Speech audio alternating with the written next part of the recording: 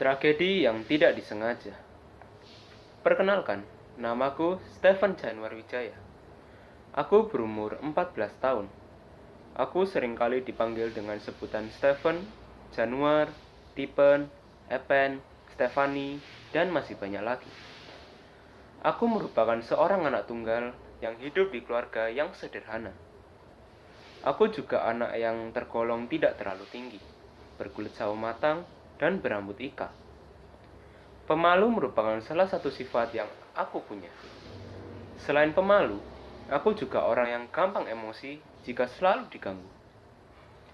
Aku bersekolah di SMP Kasang Timur Pasuruan dan duduk di bangku kelas 9. Kali ini, aku ingin menceritakan sebuah peristiwa pilu yang aku alami pada saat masih kelas 5 SD. Pada suatu hari, aku bangun dari tidurku yang nyenyak dan beranjak dari tempat tidurku. Aku langsung membersihkan tempat tidurku yang lumayan berantakan. Setelah aku membereskan tempat tidurku, aku pun pergi ke kamar mandi untuk mandi dan gosok gigi. Di saat aku ingin pergi ke kamar mandi, aku melihat ke arah dapur yang kebetulan berada di depan kamar mandi dan melihat mamaku yang sedang memasak makanan untuk sarapanku. Aku pun memanggil mamaku dan mengucapkan, "Selamat pagi, Ma." Mamaku langsung menoleh dan membalas ucapanku dengan kata, "Selamat pagi, Fen." Setelah itu, aku mengambil handuk dan masuk ke kamar mandi. Aku mandi menggunakan air hangat karena daerah rumahku lumayan dingin. Sehabis mandi, aku langsung gosok gigi. Sesudah aku mandi dan gosok gigi, aku langsung pergi ke kamarku untuk ganti baju. Aku mengambil seragamku yang ada di dalam lemari. Setelah aku memakai seragamku, aku pergi ke kamar papaku untuk membangunkannya. Sesudah aku membangunkan papaku, aku pergi ke meja makan untuk sarapan. Sebelum berangkat ke sekolah, aku sarapan dengan lauk ayam goreng kesukaanku. Saat aku sudah selesai sarapan, aku menunggu papaku yang sedang mandi sambil bermain game PS2 di kamarku. Setelah papaku selesai mandi, aku segera mematikan gameku dan memakai kaos kaki serta sepatuku. Aku menunggu papaku di luar rumah sambil melihat tanaman indah yang ditanam oleh mamaku di sekitar rumah. Di saat papaku sudah keluar dari rumah, aku langsung masuk ke mobil. Aku pun berangkat ke sekolah. Di perjalanan menuju ke sekolah, aku melihat pemandangan sambil mendengarkan lagu dan menikmati udara sejuk di pagi hari.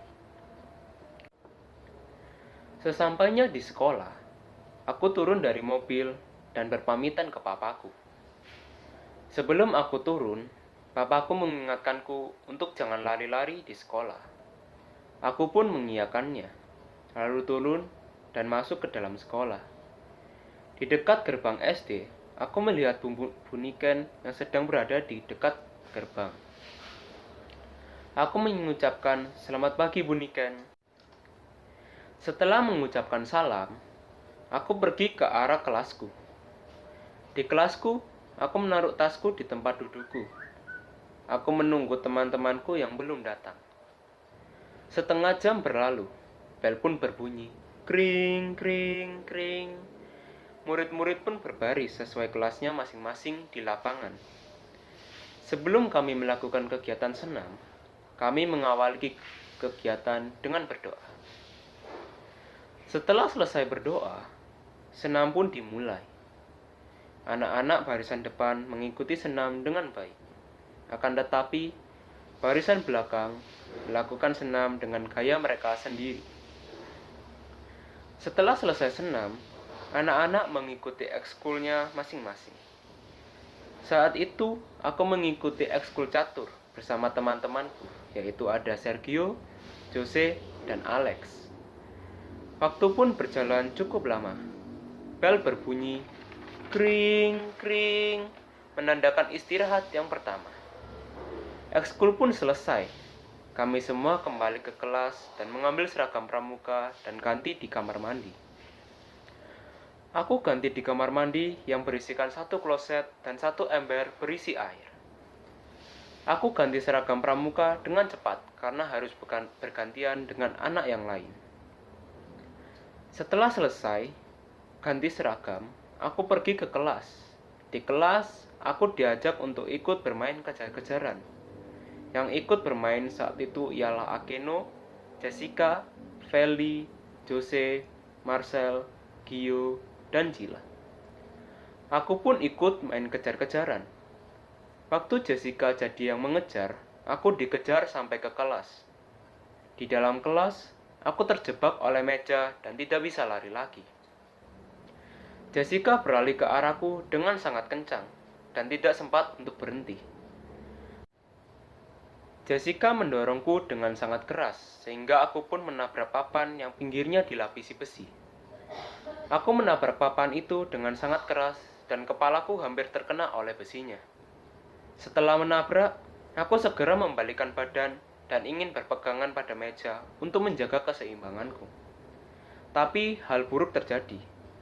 Aku terpleset oleh lantai dan tidak sempat untuk berpegangan dengan meja. Aku jatuh ke arah lantai dengan sangat keras. Di saat aku akan jatuh, lagi-lagi kepalaku hampir terkena oleh pinggiran meja yang lumayan tajam. Aku terjatuh dengan sangat keras dan aku mendengar suara krek. Itu merupakan suara yang dihasilkan oleh tulang tanganku yang patah akibat tidak kuat menahan badanku. Aku pun merasa kesakitan dan juga menangis sejadi-jadinya saat itu, sambil memegangi tanganku yang patah. Tidak ada yang menolongku waktu itu, sampai ada yang mendekatiku, yaitu Jose. Saat itu Akeno bilang kepada Jose dari luar kelas, "Bohongan itu, Jos. Awas ntar kamu jadi." Jose pun tidak memperdulikannya, dan dia bertanya kepadaku, "Kenapa, Ven?" Aku pun berkata kepadanya kalau tulangku patah.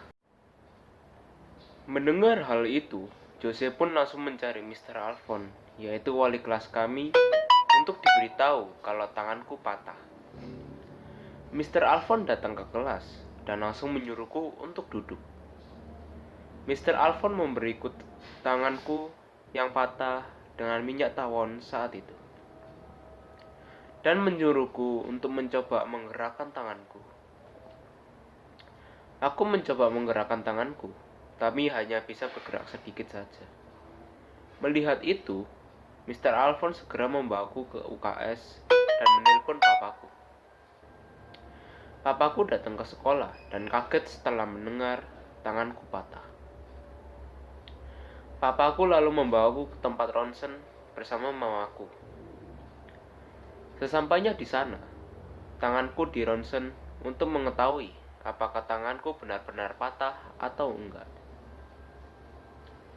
Lumayan cukup lama, hasil dari ronsen pun muncul. Papaku diberikan gambar ronsen tanganku. Papaku pun menangis sambil memelukku. Papaku menangis sembari bilang kepadaku, "Kan tadi pagi papa sudah bilang, Ven, jangan lari-lari. Kenapa masih lari-lari?" Aku tidak bisa berkata-kata sambil meratapi nasibku setelah mengetahui tanganku benar-benar patah. Perasaanku saat itu bercampur aduk antara sedih, kecewa, dan emosi. Akibat kejadian itu, cita-citaku untuk menjadi seorang tentara pun hilang. Setelah selesai ronsen, aku dibawa ke dokter yang berada di dekat GOR, yaitu Dr. Purnomo. Aku dibawa ke situ untuk mendapatkan pengobatan. Di saat sedang diperiksa, mamaku bertanya kepada Dr. Purnomo, "Dok, kira-kira ini masih bisa di-GIP atau tidak?" Dr. Purnomo bilang, "Masih bisa untuk di-GIP." Mamaku lega mendengarnya. Setelah proses tanganku yang patah akan di-GIP selesai, papaku datang bersamaan dengan Mr. Alphonse. Papaku berbincang sebentar dengan Mr. Alphonse. Mr. Alphonse memberi sedikit uang untuk membayar biaya pengobatanku. Setelah itu, Mr. Alphonse kembali ke sekolah dan papaku membayar pengobatan tersebut. Aku pun pulang ke rumah dan disuruh untuk istirahat di rumah selama 3 bulan sampai gipku dilepas. Aku kesusahan untuk melakukan aktivitasku karena tanganku yang digip. Akhirnya, mamaku lah yang selalu membantuku untuk melakukan aktivitas dan menyiapkan kebutuhanku. Setelah 3 bulan berlalu, hari di mana gipku akan dilepas. Aku, papaku, dan juga mamaku bersiap-siap untuk pergi ke dokter Purnomo. Sesampainya di dokter Purnomo, aku masuk ke dalam dan akan menjalani pelepasan gip. Gipku dilepas menggunakan alat pelepas gip. Sehabis gipku dilepas, aku merasa lega karena selama 3 bulan aku harus menahan rasa gatal di tanganku itu. Setelah selesai, kami langsung pulang ke rumah dengan tanganku yang masih digendong oleh penyangga tangan. Sesampainya di rumah, aku melepas penyangga tangan tersebut dan melatih tanganku bergerak agar tidak kaku. Setelah istirahat 2 minggu dan tanganku tidak kaku lagi, aku kembali bersekolah seperti biasa. Aku merindukan suasana kelasku yang ramai dan Mr. Alfon yang senang bercerita dan bernyanyi bersama muridnya. Di sekolah pun aku disambut hangat oleh teman-temanku. Jessica yang waktu itu pun tidak sengaja mendorongku meminta maaf kepadaku. Aku juga tidak mempermasalahkannya lagi dan memaafkannya. Dari kejadian itu, aku belajar bahwa aku harus lebih berhati-hati lagi ke depannya dan harus menuruti perkataan atau nasihat orang tuaku.